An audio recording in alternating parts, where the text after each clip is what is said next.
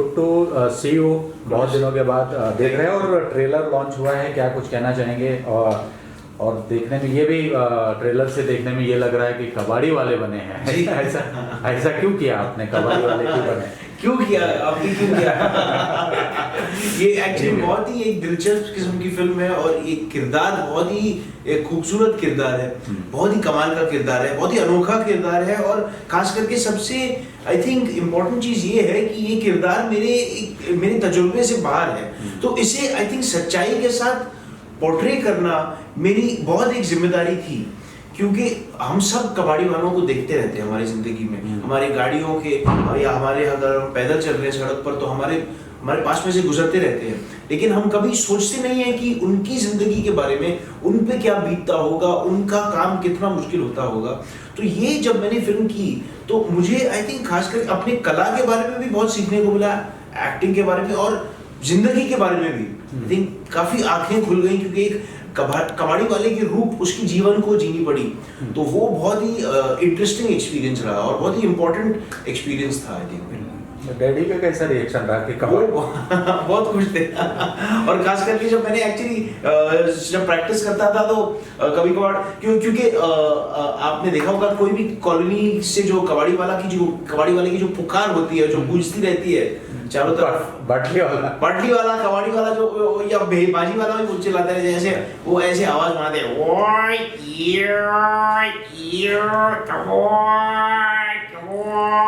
ताकि आसपास दूर दूर तक गूंजती रहे। तो वो आवाज बचपन से हम सब सुनते चले आए हैं, तो उससे प्रैक्टिस करने में मैं कभी कभार अपने पिताजी को सुनाता था और वो मुझे फीडबैक देते थे कि नहीं ऐसा करना चाहिए या ऐसा ज्यादा ऐसा हो रहा है या ज्यादा वैसा हो रहा है, तो मैं कभी कभार उनके साथ जब प्रैक्टिस करता था तो उनको सुनाता था ये आवाज। एक बार क्या हुआ कि मैं विवान को लेकर के एक कबाड़ वाले के पास गया कि चलो देखो ये लोग कैसे जीते हैं। तो उस दिन तो विवान ने ज्यादा टाइम नहीं दिया, मतलब कहीं जाना था, मीटिंग थी, तो मैं विवान ने बोला कि सर मैं आप मुझे दिखा दो वो जगह, फिर मैं जा करके देख लूंगा, मुझे सेपरेट छोड़ दो, इंडिपेंडेंट मैं अपने तरीके से इसको वॉच करूंगा। मुझे मालूम है कि विवान के ब्रेन में मन में क्या चल रहा था, मैंने छोड़ दिया। दूसरे दिन विवान आया तो इतना इमोशनल, मतलब ऐसा जैसे छू दे तो रो देगा। मैं क्या हो गया? मुझे लगा कि यार मतलब ऐसा ना कि बोल ना दे कि मैं नहीं कर पाऊंगा, मतलब ऐसा चेहरा, ऐसा लुक। बोले हुआ क्या है? बोला सर क्या गरीबी है और क्या पैनिक लोग हैं सर, मैं देख करके मतलब मैं मजबूर हो गया, मतलब मुझे रोना आने लगा। और मैं वहाँ से जो चला हूँ आपके पास वहाँ से तो कंटिन्यू मुझे बार बार ऐसा मतलब मेरा इमोशन भर भर के आ रहा है। मेरे समझ में आ गया कि अब ये बंदा, मैंने बोला वेल डन, अब तुम पकड़ लिया, अब कर लोगे। और इसने कैरेक्टर को फिर उसके बाद ऐसा पकड़ा है, आप बिलीव नहीं करेंगे, आपके सामने भी ट्रेलर है, आप देखोगे तो मैं कह रहा हूं कि आप असली और नकली में बिल्कुल फर्क नहीं कर सकते, बिल्कुल बता नहीं सकते कि असली कबाड़ वाला है कि नकली। और आवाज को तो मतलब ऐसे एडॉप्ट कर लिया कि सामने सड़क पे भी आवाज लगा करके निकल गया और किसी को कुछ भी पता नहीं चल रहा है कि ओरिजिनल है या एक्टर है। विवान को कास्ट करने के पीछे कोई ये है, क्यों ऐसा लगता है कि वो कबाड़ी वाला है? देखिए मैं जब इसको लिख रहा, चेहरे से लगते हैं और ना तो खानदान से। बहुत मजेदार है, बहुत कमाल की बात है। देखिए जब स्क्रिप्टिंग कर रहे थे हम लोग, मैं और मेरे साथ शहजाद मेरे को राइटर हैं, तो स्क्रिप्टिंग करते समय हर बार होती है यार कि कौन करेगा, इतना डिफिकल्ट कैरेक्टर क्रिएट तो कर रहे हैं, लेकिन क्या इंडस्ट्री में ऐसे लोग हैं जो इस तरीके के कैरेक्टर को इजी वे में एक्सेप्ट कर लेंगे, बोलेंगे चलो मैं करता हूँ? बहुत मतलब कम लोग हैं। मतलब आपको अगर बताऊँ तो अभी विवान के एज में जितने भी हैं उसमें से 5-4 लोग भी आपको नहीं मिलेंगे इस तरह के टफ और टिपिकल कैरेक्टर को जीने के लिए कहेंगे कि हाँ यार मैं कर रहा हूँ, क्योंकि ये कैरेक्टर है वो आपसे डिमांड करती है, आपको पीस देगी, आपको उस कैरेक्टर में जाने के लिए आपको स्ट्रगल करना पड़ेगा, नहीं तो आप मैकेनिकल करेंगे, और मैकेनिकल करेंगे तो पब्लिक आज इतनी ऑडियंस आज इतने बेवकूफ़ नहीं है कि आप मैकेनिकल फैब्रिकेटेड काम करके फेक कैरेक्टर एडॉप्ट करके आप जी लोगे। तो हम दोनों बात करते थे यार कौन करेगा, तो हमारा एक वो है कि मैं विवान को जानता हूँ, इनके घर से एक रहा है, चूँकि नसीर भाई सिनेमा इंडस्ट्री के एक पिलर हैं और नसीर सर वो एक या इनकी माताजी भी, इन लोगों ने एक ट्रेंड क्रिएट किया है, अलग आर्ट हाउस और कमर्शियल के बीच का एक धारा क्रिएट किया है सिनेमा इंडस्ट्री में।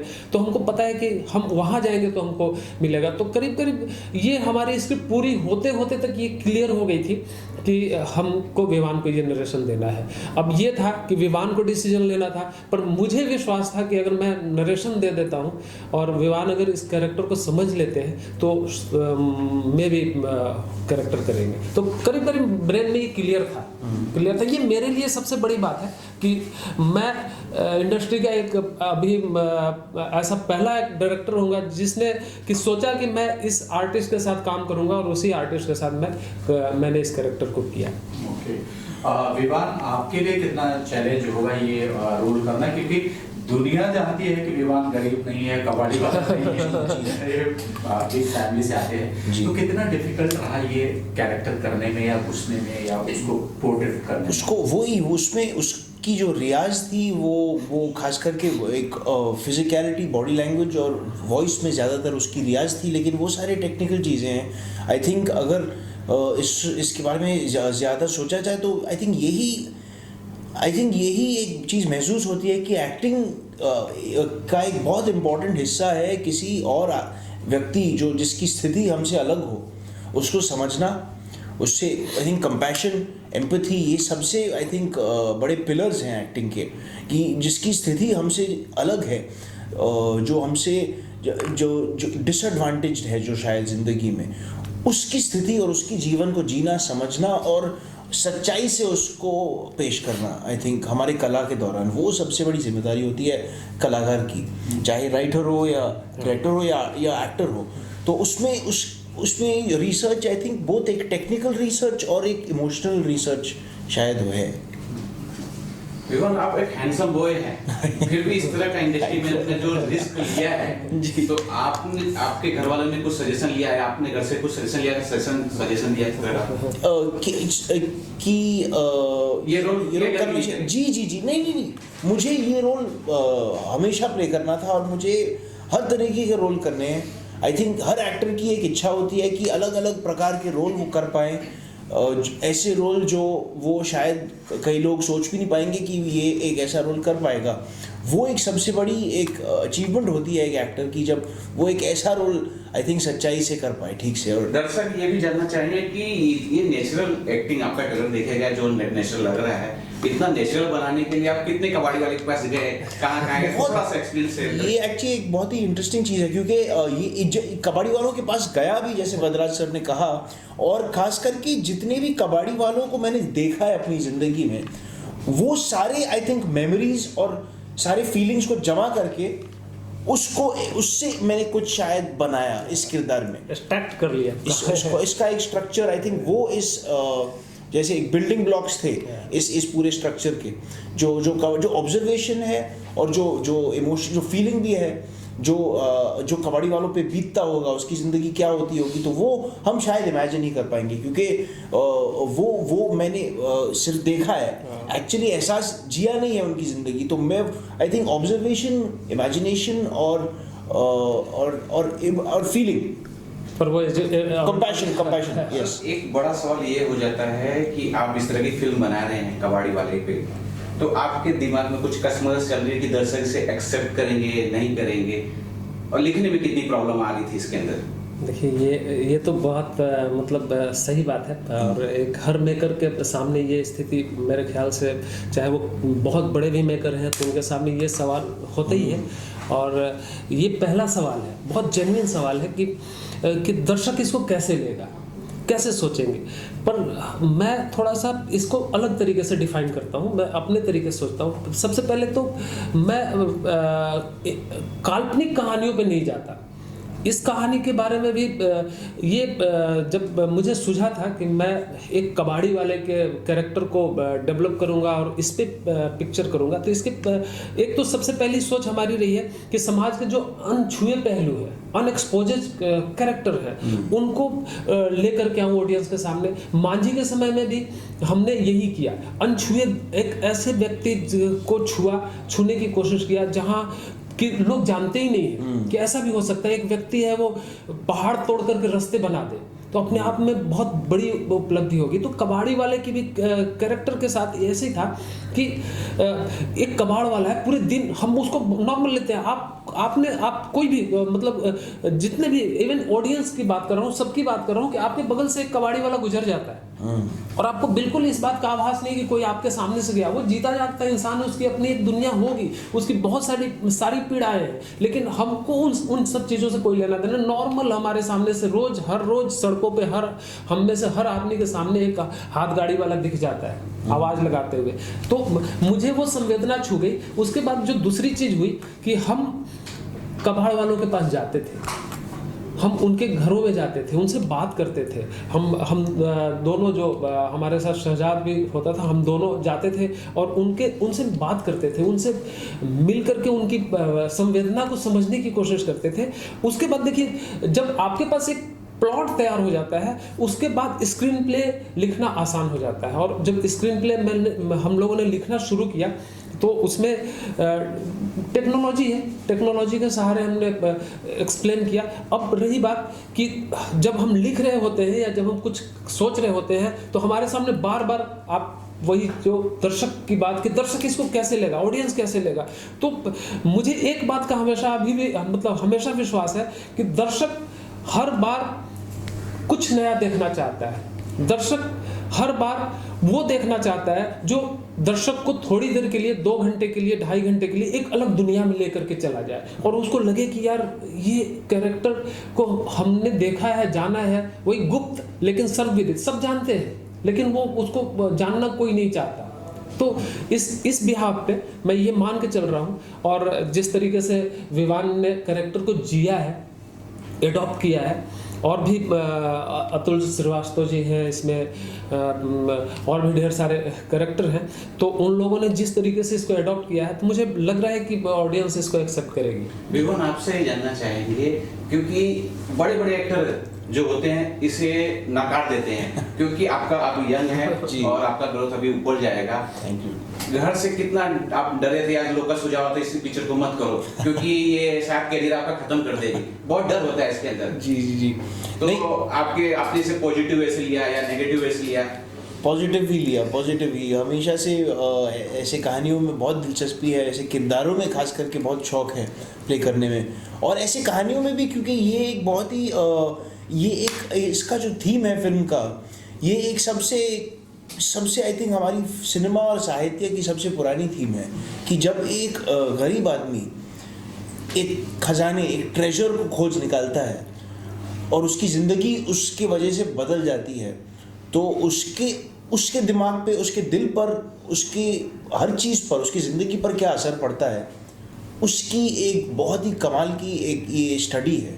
आई थिंक पैसों की साइकोलॉजी, जैसे हमारे आपके को राइटर शहजाद भाई ने कहा था कि ये फिल्म पैसों की साइकोलॉजी के बारे में है कि जब एक गरीब आदमी जिसको इतने सारे पैसे मिल जाते हैं, जिसके जेब में 10 रुपये शायद नहीं है, और उसको इतनी सारी ये बेशकीमती मोहरें मिल जाते हैं, तो उस पर क्या हो जाता है, उसके साथ क्या हो जाता है, उसके दिलो दिमाग पे क्या बीतती है उसके बाद।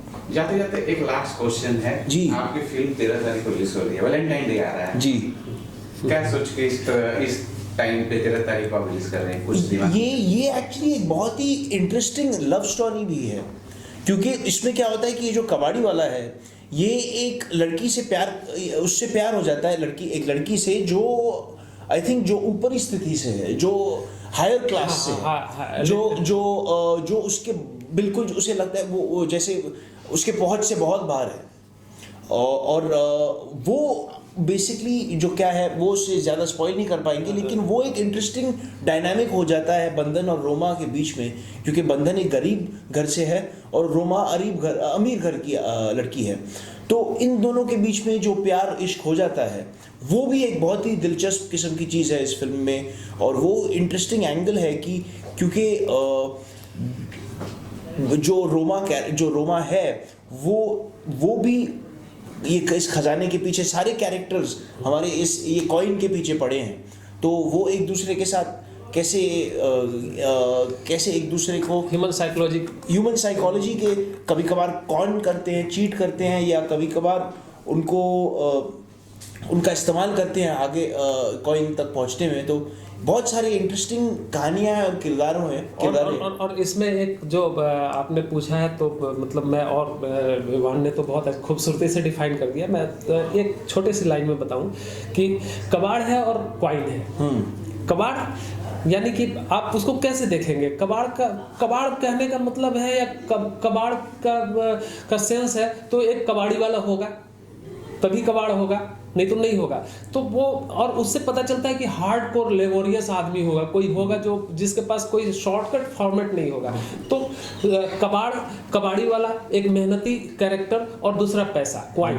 तो इन दोनों के बीच में हमने एक रोमांस डाल दिया है, लव डाल दिया है, प्यार का एंगल डाल दिया है। और वो साइकोलॉजी को ट्रांसफॉर्म करने के लिए डाला है कि जब एक बहुत गरीब इंसान को पता चले कि मेरे पास 500 करोड़ रुपए है, तो फिर उसके सेंस और उसके सोचने का तरीका मतलब वो ये भी सोच सकता है कि मैं बहुत से बड़े घर की लड़की को भी प्रपोज कर सकता हूँ। और अगर वो सच में एक्सेप्ट कर लेती है तो फिर लव का एक एंगल शुरू हो जाता है। तो राज साहब ये जहन में आया कैसे कि कबाड़ी के ऊपर एक कहानी लिखी जाए? कहाँ से प्रेरणा मिली? हाँ ये सही है। देखिए मैं एक बार चला आ रहा था मड से शूटिंग करके और एक कबाड़ी वाले को मैंने देखा था। मेरे साथ शहजाद और भी 2-3 लड़के थे। तो उसका पहिया टूट गया था वो हाथ गाड़ी वाले का, और रात को करीब 9:30-10 बज रहे थे, शूटिंग खत्म हुई थी और हम चले आ रहे थे। तो वो सड़क के किनारे उसका हाथ गाड़ी वाला पड़ा हुआ है और पहिया है और ढेर सारा सामान लोड किया हुआ है। और उसको मैंने देखा कि वो कैसा है। मैंने इसको सीन बनाया था, बाद में उसको मैंने एडिट कर दिया। वो पहिए को लगाने की कोशिश कर रहा है, रोशनी नहीं है, डार्क है, और उसमें वो गाड़ी के पहिए को लगाने की कोशिश कर रहा है और एक हथौड़ा टाइप का पत्थर टाइप का हैमर लेकर के उसको ठोक रहा था। और उस ठोकने में उसके पैर के अंगूठे पे लग गया और वहां से ब्लीडिंग हो रही थी और वो पकड़ करके और एकदम रो रहा है और चिल्ला रहा है। और वहां से सब लोग जा रहे हैं, किसी को कोई मतलब नहीं है, और ब्लीडिंग उसकी बहुत बुरी तरीके से हो रही थी। और अचानक मेरी नज़र पड़ी, यार ये कौन है यार? पहले तो लगा कि कोई शराबी होगा, गिर गया है, लेकिन मैंने देखा हाथ गाड़ी है, पहिया टूटा हुआ है। बोला यार ये तो हाथ गाड़ी वाला है। मैं रुका, उसके बाद मुझे करीब लगा कि 1 घंटे मुझे लगे उसके पहिए को ठीक करवाने में। एक बगल में एक गैराज वाला था, उसको बुलाया, बोला यार इसके पहिए को ठीक कर दो, जो भी पैसा होगा मैं दूंगा। और उसका बैंडेज पट्टी करवाया, सब कुछ करके उसको वो किया। उसी दिन मेरे समझ में आ गया कि भैया ये बहुत डिफिकल्ट कैरेक्टर है और इस पे काम करने की जरूरत है। तो राज जी ये भी जानना चाहूँगा कि दिल्ली में 1 साल पहले कबाड़ी वाले के घर पे मतलब ट्रैप किया था सीबीआई और लोगों ने। अच्छा, करोड़ रुपए उसके बिस्तर के नीचे। क्या बात कर रहे हो? ये कुछ हद तक ये सही है। पता नहीं था ये। बिल्कुल सही बात है, सवाल है यार। कुछ हद तक सही है, पर पूरी तरीके से सही नहीं है। मैं थोड़ा सा इस पे रोशनी डाल दूंगा। ये एक भिखारी भी था जिसके पास से करीब 100 करोड़ रुपए 2 करोड़ रुपए मिले थे, और एक कबाड़ वाले के पास सर 500 करोड़ रुपए या 400 करोड़ रुपए मिले थे। तो वो सब भी चीजें जो है वो मिलेगी आपको इस फिल्म में, वो सारी चीजें हैं। मैं बहुत चीजें डिस्क्लोज नहीं करना चाहता, लेकिन वो सारी चीजें मिलने वाली है। ओके विवान, आखिरी सवाल चलते क्या कुछ कहना चाहेंगे, अपील करना चाहेंगे लोगों से? हैप्पी न्यू ईयर और ये इसमें दोनों में डिफरेंट क्या है? वो भी डिफरेंट कर दें। हैप्पी न्यू ईयर और इसमें एक सिमिलैरिटी है कि दोनों हाइस्ट फिल्म्स हैं दोनों में एक्चुअली। और सबसे कमाल की चीज़ ये है, जैसे हैप्पी न्यू ईयर में डायमंड्स के पीछे है, इस फिल्म में ये कॉइन्स के पीछे है, मौरे के पीछे है। तो और यही सबसे अनोखी चीज़ है इस हाइस्ट फिल्म के बारे में, क्योंकि यूजुअली हाइस्ट फिल्म में हम देखते हैं कि या तो ज्वेलरी की दुकान को लूटते हैं या तो बैंक लूटते हैं, नहीं इसमें एक म्यूजियम संग्रहालय की लूट होती है जो बहुत ही अनोखी है, जो शायद पहली बार ऐसी दिखाई गई है एक फिल्म में। और अलग हट करके बिल्कुल अलग हट लूट का भी तरीका बिल्कुल अलग कुछ अपील करेंगे दर्शक से। हम यही आशा करेंगे कि आप लोग फिल्म पसंद करेंगे, आप देखेंगे, अपने दोस्तों को भी दिखाएंगे और आपको मज़ा आएगा फिल्म देखने में। मैं अपने दर्शकों से रिक्वेस्ट करूंगा, हम्बल रिक्वेस्ट करूंगा कि आप ये फिल्म ज़रूर देखिए। आपको इस फिल्म में बहुत चीज़ें ऐसी मिलेगी जो आपको ज़िंदगी के फ़लसफ़े मिलेंगे देखने के लिए, समझने के लिए, और आपको मोटिवेट करेंगे जीवन जीना कैसे है, इस बात के लिए। Thank you so much. Thank you so much. Thank you. दिल पे वो बैग देखो मेरा वो, दिल पे वो बैग देखो मेरा वो।